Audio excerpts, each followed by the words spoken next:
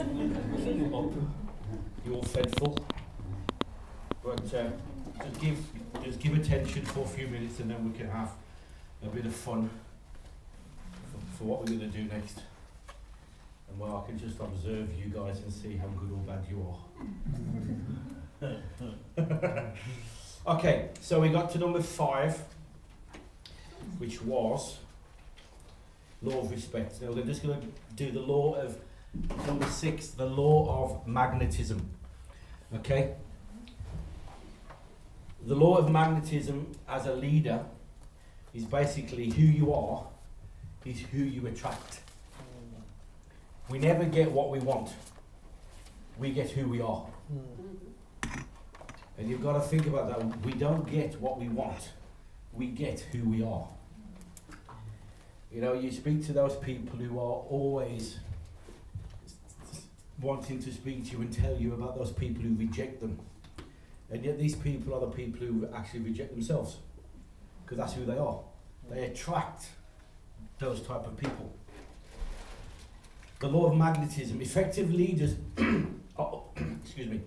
effective leaders are always on the lookout for good leaders. Quite often, from a leadership point of view, you will get, without realizing, the type of people in your church that are the same as you. Now, that may be a bad thing for some of you looking at you. Joke. You always get, so Brian Houston from Hillsongs, he and his wife, Bobby, musicians, singers, his parents, musicians, singers. Who do they attract? Musicians, singers. John Maxwell was the pastor of a church in San Diego. When he took over the church, it was the 10th biggest church in the States. When he took over the church, the pastor was a musician. They had strong teams of musicians, strong teams of singers. They had an incredible worship team. He was a musician. He left, John Maxwell took over. John Maxwell can't sing, he can't play an instrument. He's not a musician. But the church had already got musicians.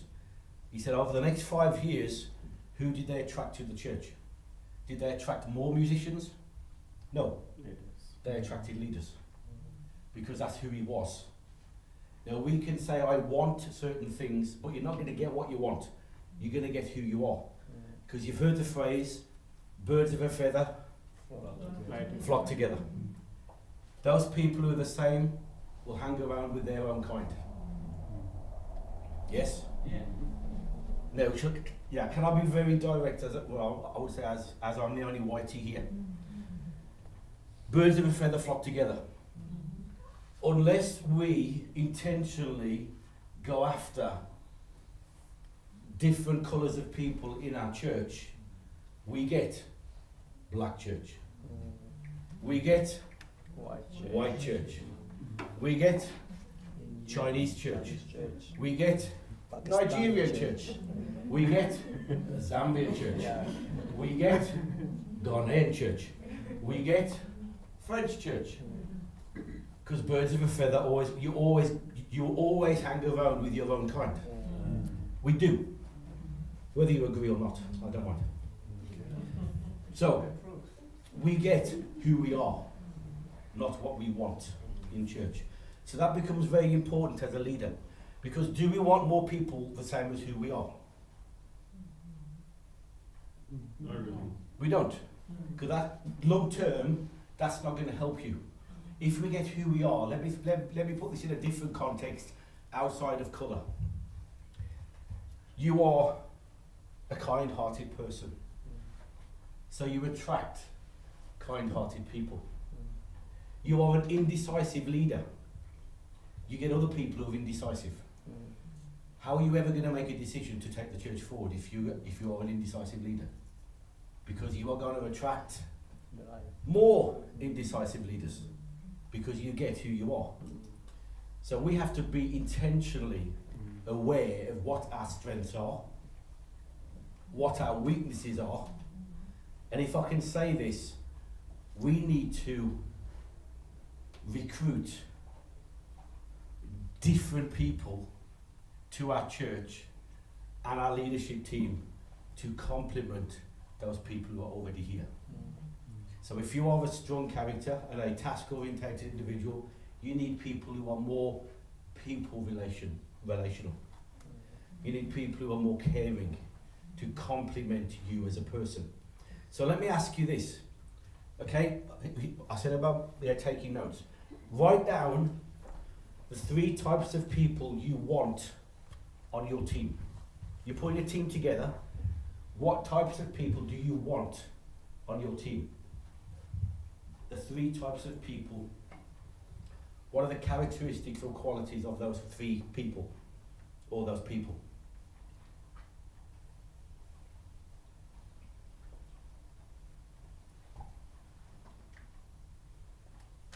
What are the 3 qualities? Prudence, you're always up to contributing. What have you written down? 3 qualities. You're thinking, oh, there we go. Indecisive. There's the first one. You want decision makers now. There we go. Yeah, trustworthy. Any more? Give me 2 more. You've only got to 1. Have you got 3? Come on, you can count to 3 in Sheffield, can't you? 2 follows 1, 3 follows 2. Go on, Michael. I can give you mine. I've put supportive, organized, and focused, and movers. Supportive, organised, and focused. Focused. Yeah. So you want focused people, organised people. What was the first one? I've Supportive. Supportive. Supportive, sorry. Yeah. Okay, so you need those 3 types of people. Miles?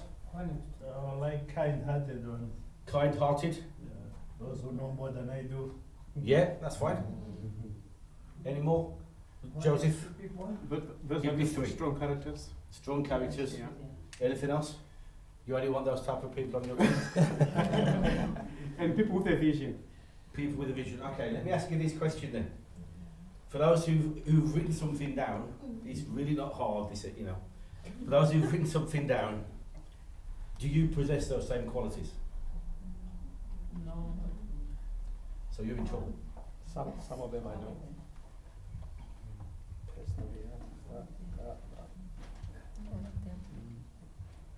Because we always attract like-minded people. We always attract the same type of person. So if you want a supportive person, are you a supportive person? If you want somebody with vision, are you a person with vision? If you want someone who's trustworthy, are you a trustworthy person? Because it doesn't matter what we want, get what we are. we get what we want, who we are. We get, there you go, that is an interesting one. We always attract. Who we get is not determined by what we want, but who we are. So, what strengths do we have? What weaknesses do we have? Because those are the people we're going to attract. Now, we know that if we attract like-minded people, that's not going to benefit us, because only people's differences are going to make us better. Now, we don't like that. Yeah? Only people's differences are going to make us better. You know, we had an interesting conversation about the Baptists and the Presbyterians and the different denominations over lunch. When we studied church history at Bible College, the professor who taught us, he's now the professor of Regent University in Virginia, the States. He taught us on church history, and he went through when the Methodists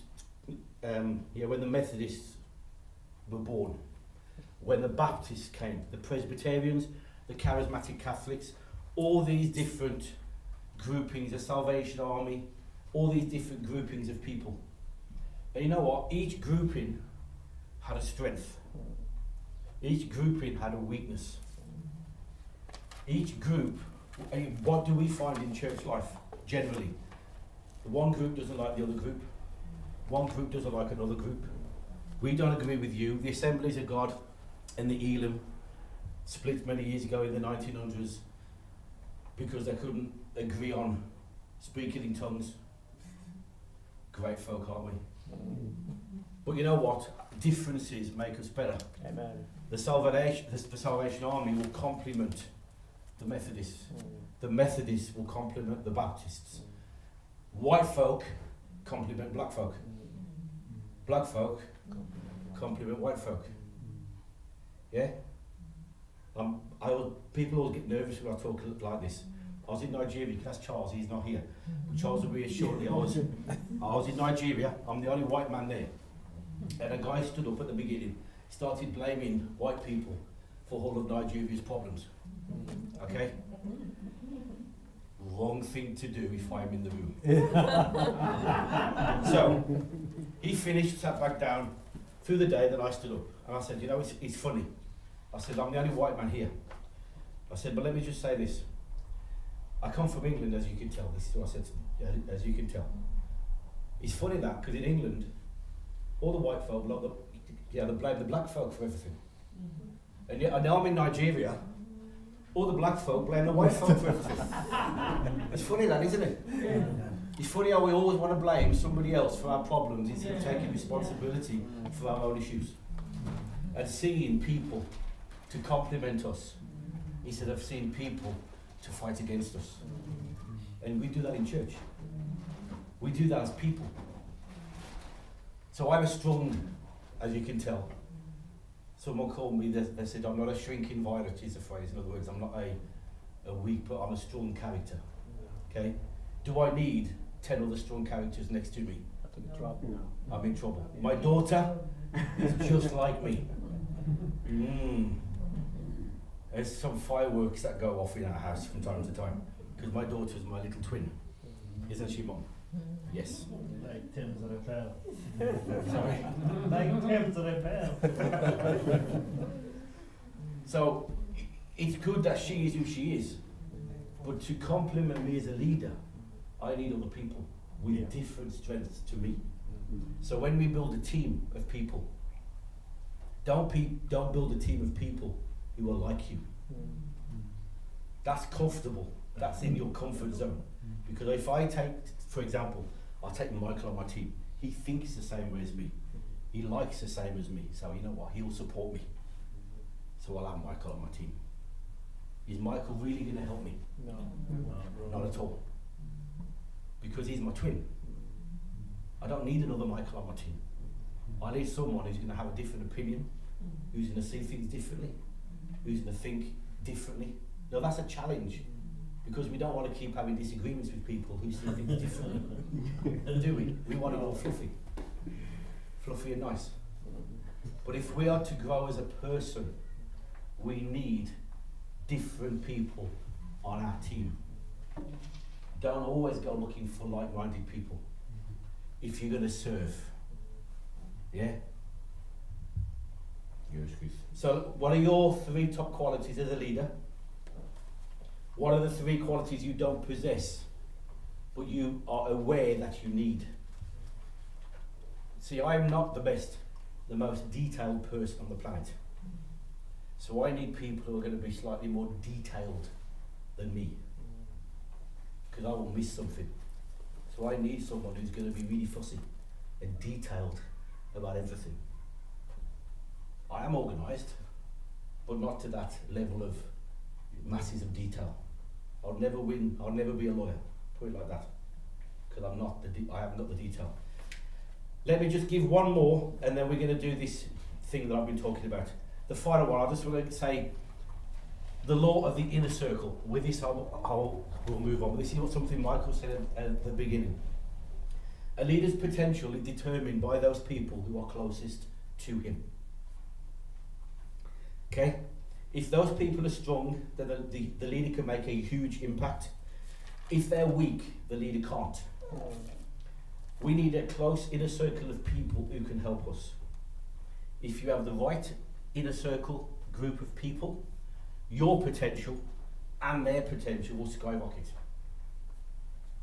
Now my question is, do we have an inner circle of people who can challenge you, who you can talk to in confidence, who believe in you, who will help you?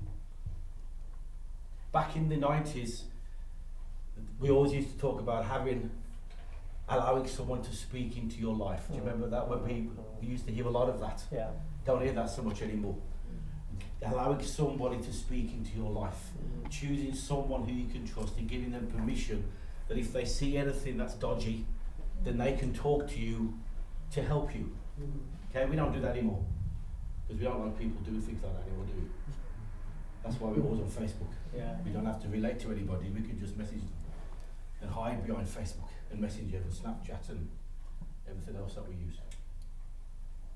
So we need people in our inner circle who can advise us when we don't want them to. Ooh. That's an interesting one. When we don't want them to. And when we don't like it. Yeah? We always like to be told, Michael, you're a star. You're the best father, best pastor, best husband I've ever known. You are incredible cat. We all like that, don't we? Because it feeds our ego. Michael, you know something, Michael? You're shocking. You are so unreliable. No, I know we have to be careful how we say it. You don't go in there and be rude to people, okay? I'm not talking about that at this moment in time. I'm just trying to get you to understand what I'm saying. You know, I was playing squash many years ago with a friend of mine, Simon. He's a Jamaican guy. Very, very good friend. We've known it. We hated each other when we were teenagers. He's a Jamaican guy. We hated each other. I don't know why, really, because we've been the best of friends since we've been about 13, which is a long time. He was my best man at our wedding. And I was playing squash with Simon one Saturday morning, and he said to me, he said, we were very close, he said, are you a friend? And I thought, here we go. What does he want? Are you a friend? I said, yeah. Well, it depends what you mean by a friend. Let me qualify that to start with. He said, it depends. So he explained to me what he thought a friend was. So I said, okay, that's me then, yeah. He said, I need your advice, okay.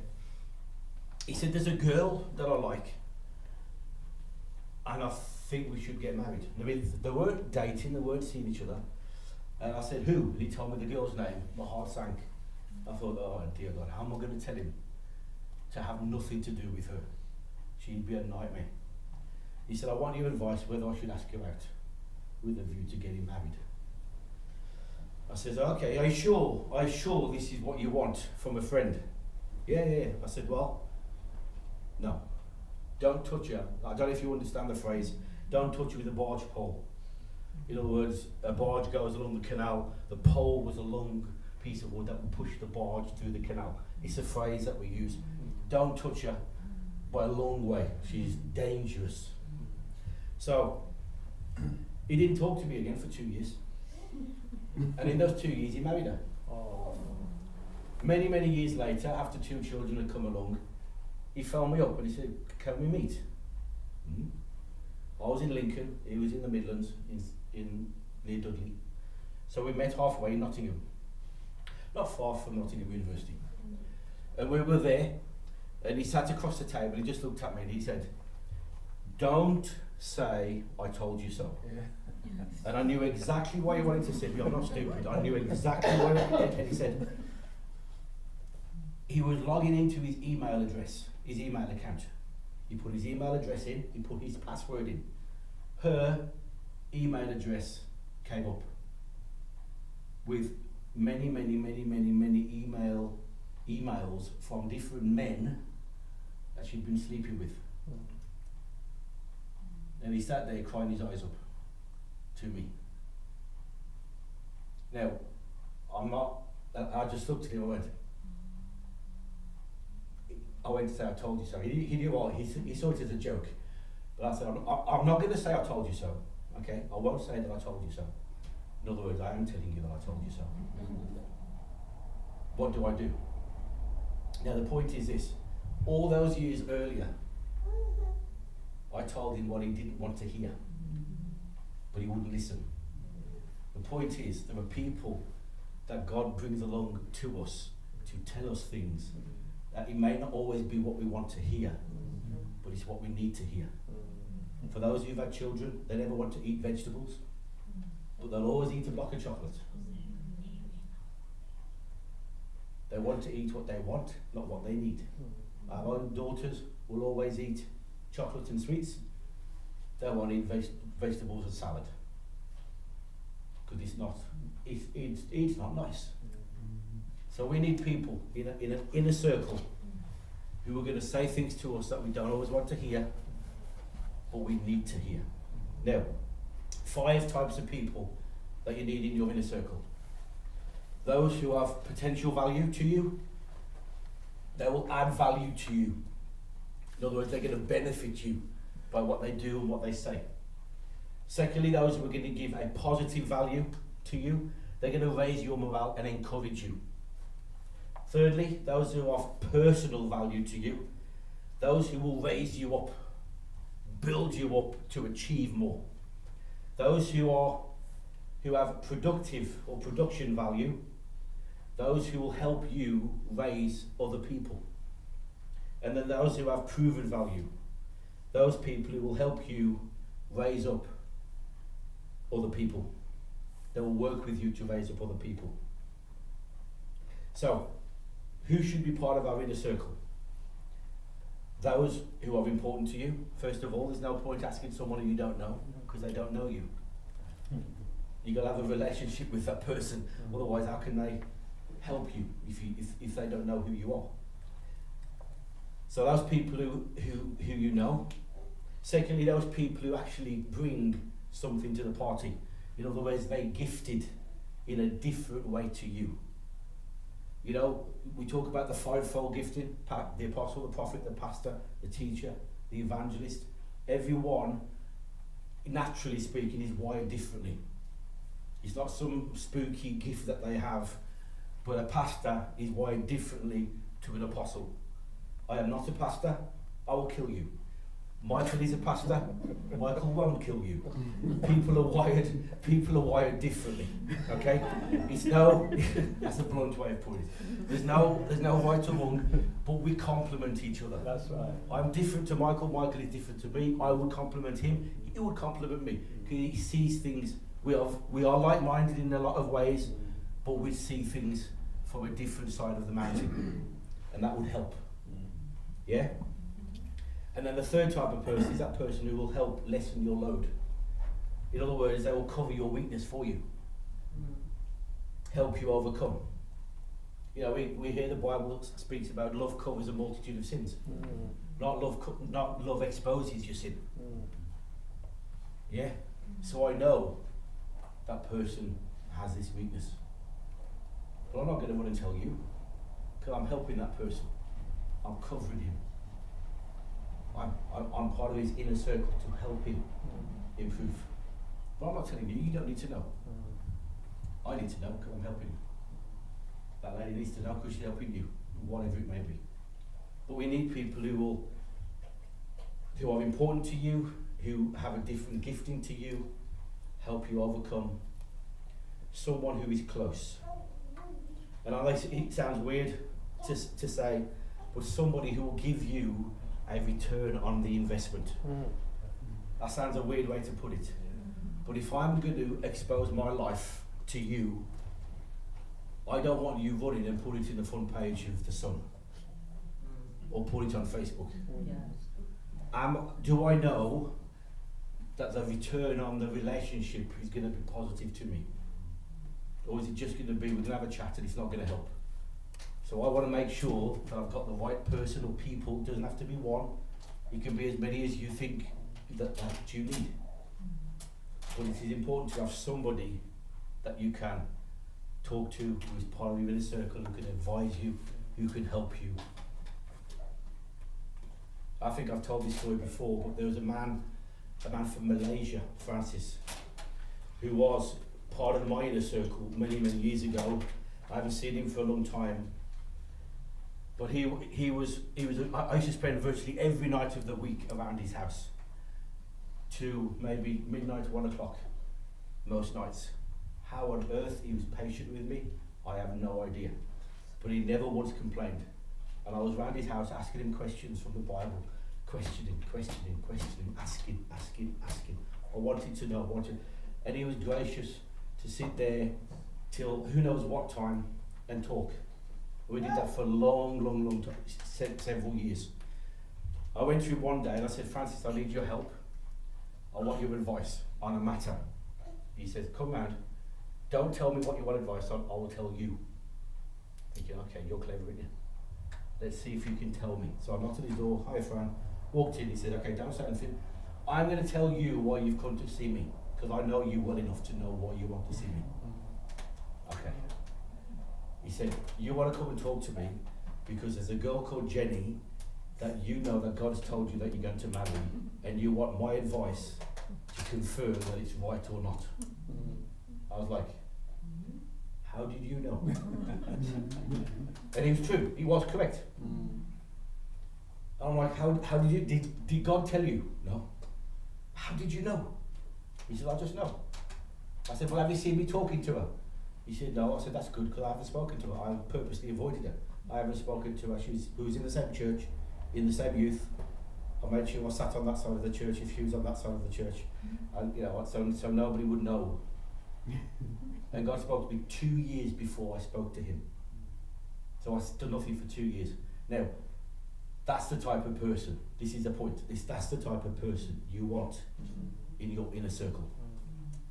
Somebody who knows you, who can advise you, counsel you, talk to you, tell you off if necessary. That's right. Somebody who's going to help you to grow.